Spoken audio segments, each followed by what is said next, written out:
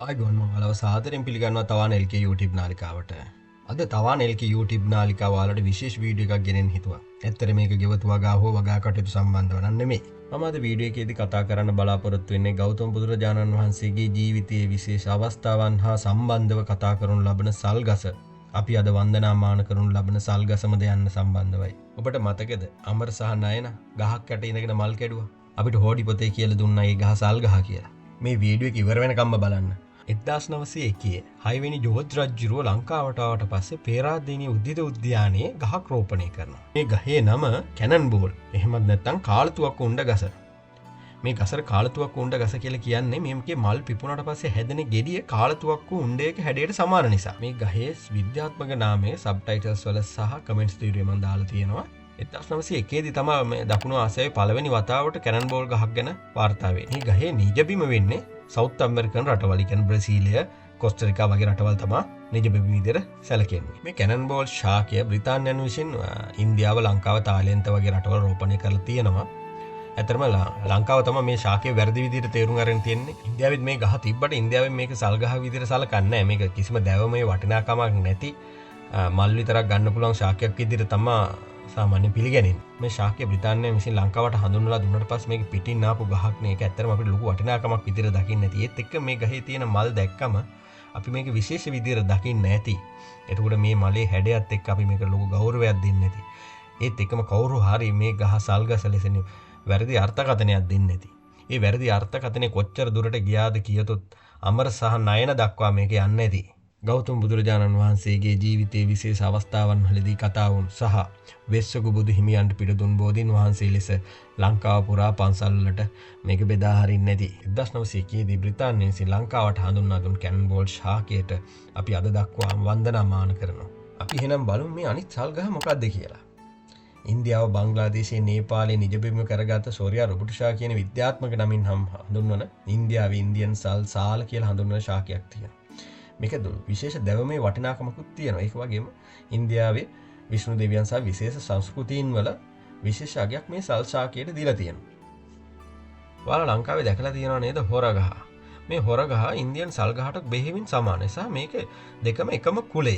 මේ ගස් දෙකම මීටර 30ක් 40ක් උසට කෙලින් වැඩෙනවා.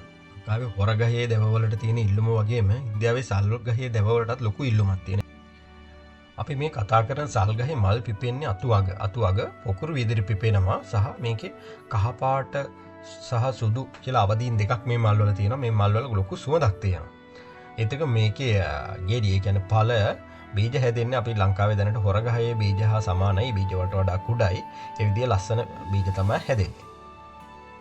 මම හිතනවා මේ දක්වා වීඩියෝ එකේදී කැනන් බෝල් ශාකය සහ ඉන්දියන් සල් ගහ අතර වෙනස්කම් හඳුනා ගන්න පුළුවන් වුණා කියලා.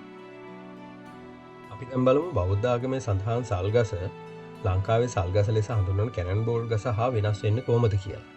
මෙහිදී මතුවෙන පළවෙනි කාරණේ තමයි කැනන් බෝල් ගහ සවුත් ඇමරිකන් රටවල් නිජබිම කරගත්ත ගහ. නමුත් අපි ඉන්දියන් සල් ගහ උතුරු ඉන්දියාව මූලික කරගත්ත ඉන්තර ඉන්දියාව නිජබිම කරගත්ත ශාකයක්.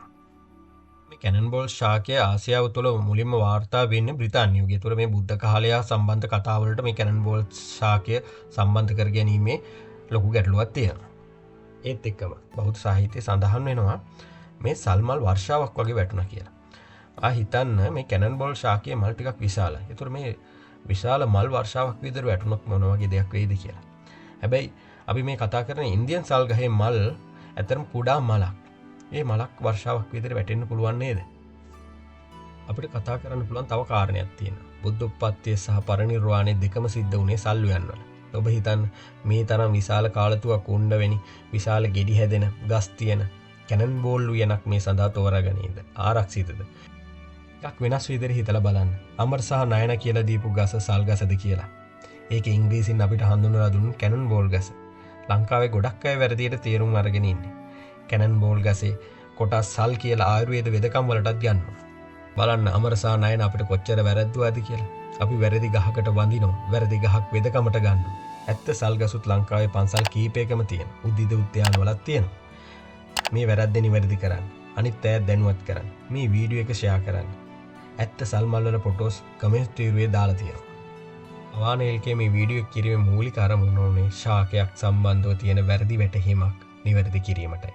ඒ සිදු කිරීමේදී වචන භාවිතයෙන් හෝ ආගමික මතයකට හෝ යම් හෝ වරදක් සිදුව ඇත්නම් මම සමාව ඉල්ලමි. ඒත් එක්කම තවාන LK YouTube නාලිකාව ඉස්සරහට ගෙනෙන මේ වගේ වැදගත් වීඩියෝස් බලන්න තවාන LK YouTube නාලිකාව subscribe කරන්නත් අමතක කරන්න එපා.